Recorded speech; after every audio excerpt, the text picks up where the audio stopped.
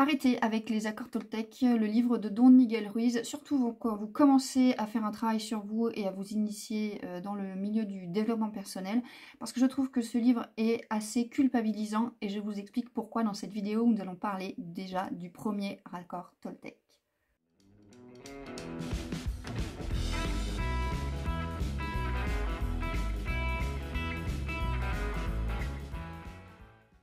Bonjour, moi c'est Sophia, je suis accompagnante de mise en action et en gestion émotionnelle et je t'aide à reprendre le contrôle sur ta vie en passant enfin à l'action et en arrivant à te comprendre pour pouvoir gérer tes peurs et tes émotions. Alors, avant de commencer à parler du premier accord Toltec, je vais déjà vous parler de l'introduction de Don Miguel Ruiz.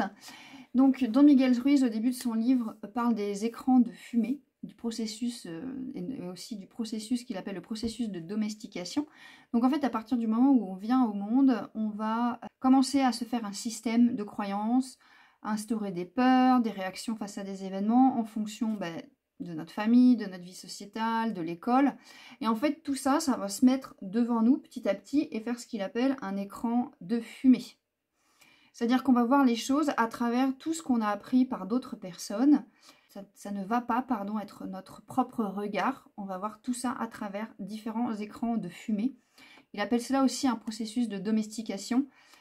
Donc en fait, on est domestiqué par la peur et la croyance de d'autres et pas par notre propre vision des choses. Donc l'objectif de Don Miguel Ruiz à travers ces 4 accords Toltec, et il a sorti aussi un livre sur le 5e que je n'ai pas du tout lu, c'est d'arriver à effacer ces écrans de fumée pour n'avoir qu'à la fin notre propre réalité à nous et notre façon de voir les choses. Don Miguel Ruiz commence avec son premier accord Toltec qui est que ta parole soit impeccable.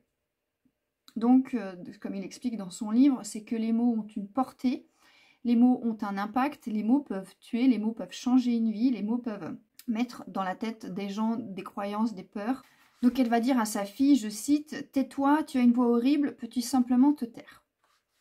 Voilà, en fait, cette dame-là est fatiguée. Et donc si elle avait réfléchi à ce qu'elle avait dit avant, elle n'aurait pas dit forcément ça à sa fille. Moi, ce que je vous invite plutôt à faire, parce que tout le temps être en train de réfléchir à ce que je dis pas, est-ce que c'est bien ou c'est mal, c'est de sortir de cette notion de bien ou de mal déjà, parce que je trouve qu'on est dans un monde où il y a trop de dualité. Est-ce que c'est bien ce que je fais, est-ce que c'est bon, est-ce que c'est mal? Et en fait, en tout cas, moi je sais que ça m'a énormément perturbée, je savais plus ce que je devais dire. Est-ce que c'est bien, est-ce que c'est mal, est-ce que je peux le dire ou pas, comment la personne va réagir, et en fait, je n'osais plus rien dire du tout. Donc moi, ce que je vous invite plutôt à faire, c'est avoir un regard juste sur vous. L'objectif, c'est d'avoir un regard juste sur soi. Par exemple, si on a envie de faire passer un message à quelqu'un parce que cette personne nous embête vraiment, c'est de se dire, bon, le message, j'ai envie de le faire passer ou pas. Est-ce que c'est pas là sur le moment parce que je suis en colère, ou alors est-ce que je pense vraiment ce que j'ai envie de dire à la personne? Et de le dire, et en fait sans culpabiliser. Moi je sais qu'on m'a dit des choses qui m'ont fait mal sur le moment, mais ça m'a fait grandir, ça m'a fait évoluer. C'est-à-dire que si la personne en face avait vraiment réfléchi à l'impact de sa parole, elle ne me l'aurait pas dit, et j'aurais pas évolué grâce à ça, j'aurais pas changé. Ça m'a pris parfois du temps, mais voilà, ça a eu un impact à la fin positif sur moi. Donc en fait, il y a des choses, on ne peut pas tout contrôler de la manière dont la personne va le prendre ou pas. Il faut aussi oser et arrêter de vouloir contrôler ce qu'on pense en permanence. Il y a des choses qui peuvent être utiles. Il y a des vérités qu'on a envie de dire. Il y a des choses qu'on pense et on a un message à faire passer. Et ça ne va pas forcément faire du bien à la personne qui est en face. Mais on a envie, on a besoin de faire passer ce message-là. Sinon, ça reste en nous et ça ne nous convient pas. Donc moi, je vous invite vraiment plutôt à avoir un regard juste sur vous. Est-ce que j'ai envie de dire cette parole-là ou pas? Si oui, est-ce que j'ai envie de le dire de cette manière-là? Et puis si vous l'avez dit, eh bien, ok, c'est pas grave, on culpabilise pas. On peut aller voir la personne et lui dire, oh là tu vois, il y a 2 jours, je t'ai dit ça. Bon, c'est vrai que sur le moment, j'étais un peu énervée. Mais pas être en train d'essayer de contrôler en permanence ce qu'on dit, et est-ce que c'est bien ou pas, est-ce que c'est bien dit, est-ce que c'est mal dit. Juste, est-ce que vous êtes ok avec ce que vous êtes en train de dire?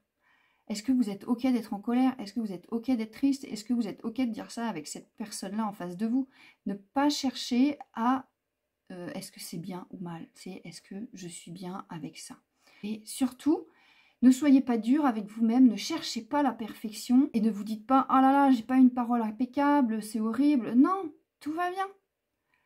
Vous avez fait ce que vous avez fait au moment où vous l'avez fait, du mieux que vous pouviez, et voilà, on ne va pas aller chercher plus loin. Je vous invite plutôt à vous concentrer plutôt sur un regard juste sur vous et donc avoir une communication qui soit authentique et alignée avec qui vous êtes. Donc voilà, pour moi, le premier accord Toltec de Don Miguel Ruiz, que ta parole soit impeccable, manque un peu de fond, de profondeur. Il ne va pas assez loin, tel qu'il est présenté en tout cas dans le livre, et ne pas vous enfermer dans une interprétation rigide de cet accord-là.